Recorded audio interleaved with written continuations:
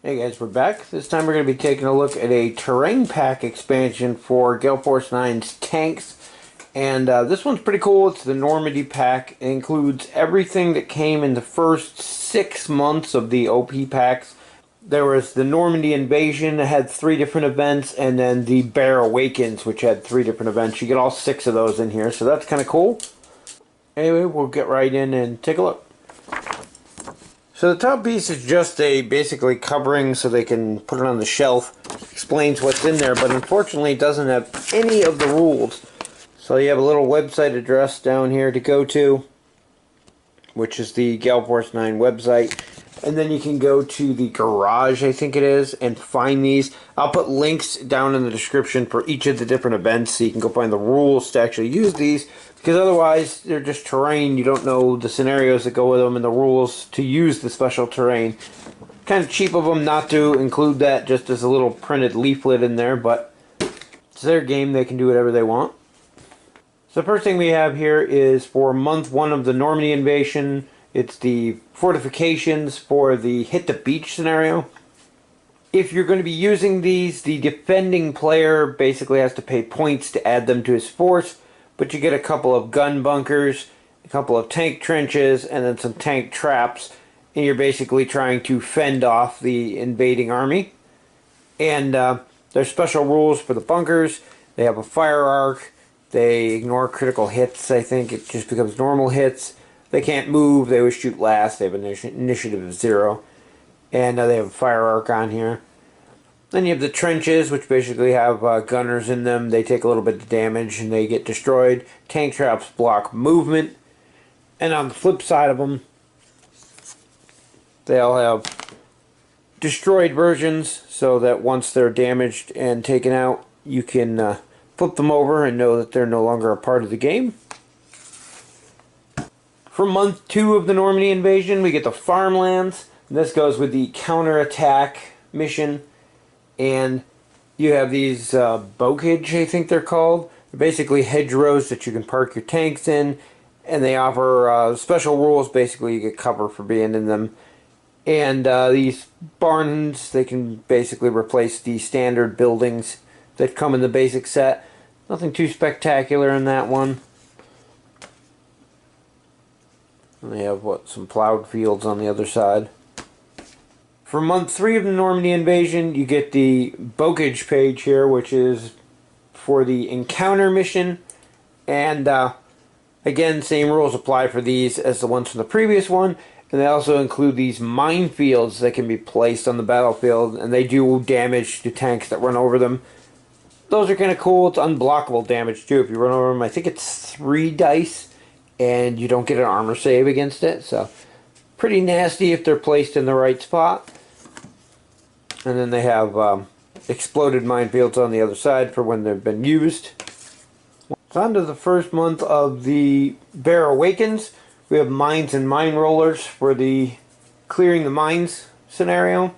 And I'm not sure what the barn is in this one. They don't actually even mention it in the scenario. I guess it's just extra scenery. It's got solid on one side, destroyed on the other. The big one for this, though, are the minefields, which work just like the ones we had previously. They do 3 die damage to any tank that runs over them, and armor saves are ignored. And then we have the mine rollers, which you can equip any tank with in your army, but they drop your initiative to 0. They're free to equip, but you're basically moving first and shooting last every turn.